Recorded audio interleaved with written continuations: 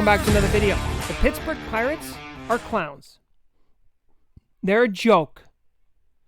Their organization is a circus. And they just got their hand caught in the cookie jar.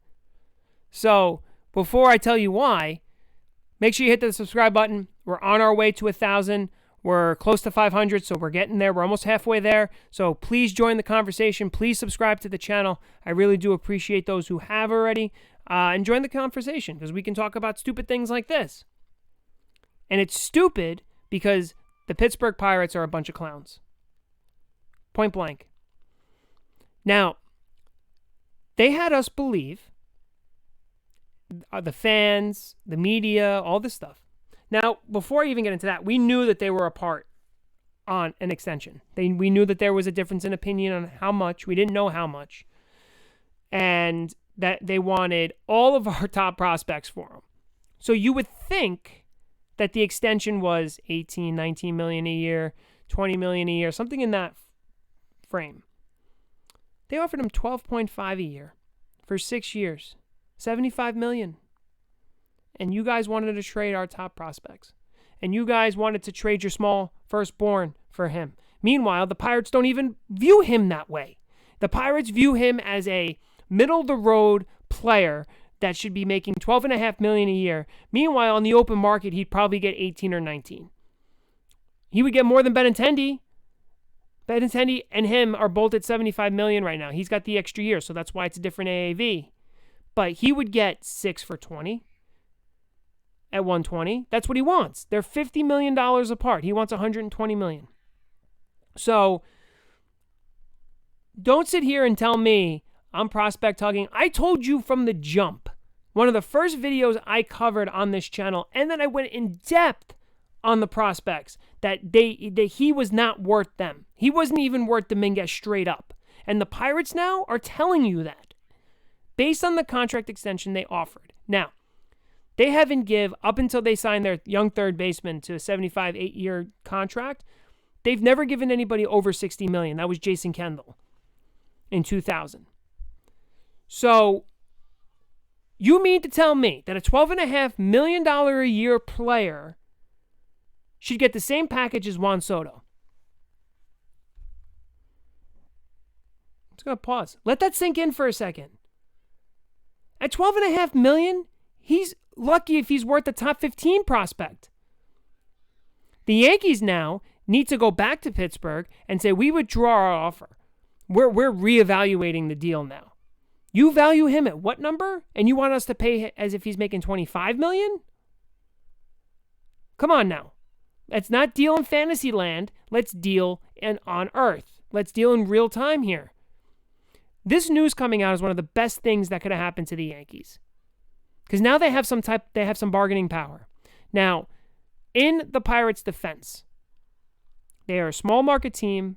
They don't bring in a ton of revenue. Most of their money is from the revenue sharing anyway. They can't compete with the Dodgers. They can't compete with the Yankees in the free agent pool. They can't compete for these big free agents. They don't have the cash. So they have to grow their talent, and they have to keep their farm system strong so that they can compete. So I get why they're asking for all these players. But they're not going to get it now. Like I said, they'll be lucky if they get a top 15 out of the Yankees now. Volpe, Dominguez, Peraza, Pereira, Sweeney, Wells, Jones, Warren, Beater. I just named 9 of the 10. Heel is the 10 to complete it. They're all off the table.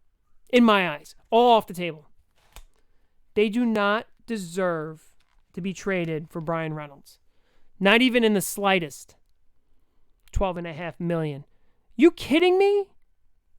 That's crazy town. That's like, imagine, just, I can see it. The Yankees jumped the gun before this information comes out. And I have to give credit to Brian Cashman for being patient. But imagine the Yankees jump and trade. As soon as they announce Rodon, the next day, they trade for Brian Reynolds. And they trade Dominguez, Warren, Schmidt, and Peraza. And then it comes out that they offered him $12.5 million a year. How stupid would you feel? Like, this is more towards the crowd that says, trade anybody for Reynolds. No, especially not. And you know what? I was on this, and I said this weeks ago. The package for Reynolds is too much. He is not worth that much. And the Pirates just proved my point. They didn't just prove my point. They cemented my point. They've completely lost all legitimacy in trade talks. They thought they were going to come in, they were going to fleece the Yankees, that they were going to get what they wanted, and they were going to get rid of Reynolds, and they would be sitting on a heap of brand new top prospects. That ain't happening now. No way it happens now. So now we can sit back and reevaluate what should we do for Reynolds. Now, like I said, the Yankees' top 7 position players are off the table, in my eyes. Warren is off the table. Maybe Beater. You could start something with Beater. Give them Beater. Now you could throw in maybe Domingo Germán. And then maybe you could give him another infield prospect and an outfield prospect that's in your top 20. Top in the 20 to 25 range, 20 to 30 range. Maybe you can get away with that now. $12.5 million a year. And they were acting like they were going to give him 25. Like, this information coming out, I want to know who it's on MLB Trade Rumors, but I want to know who released it to the media. You're never going to know. But John Heyman reported it. Oh, great.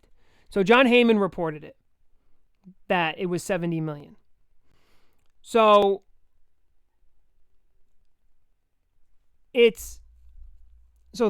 thinking of this, thinking things through now, being smart and using your common sense, because I've told you guys from the jump, I'm a common sense thinker. Who released this to John Heyman? Who released this to whoever they released it to? Was it the Pirates? The Pirates didn't want this coming out because now, again, it doesn't help their cause for sure. So I think what happened is Reynolds told his agent, listen, I want out. I know they don't have to trade me because I have service time still that I have to serve with them. How can I kind of speeden up this process here so I can get out?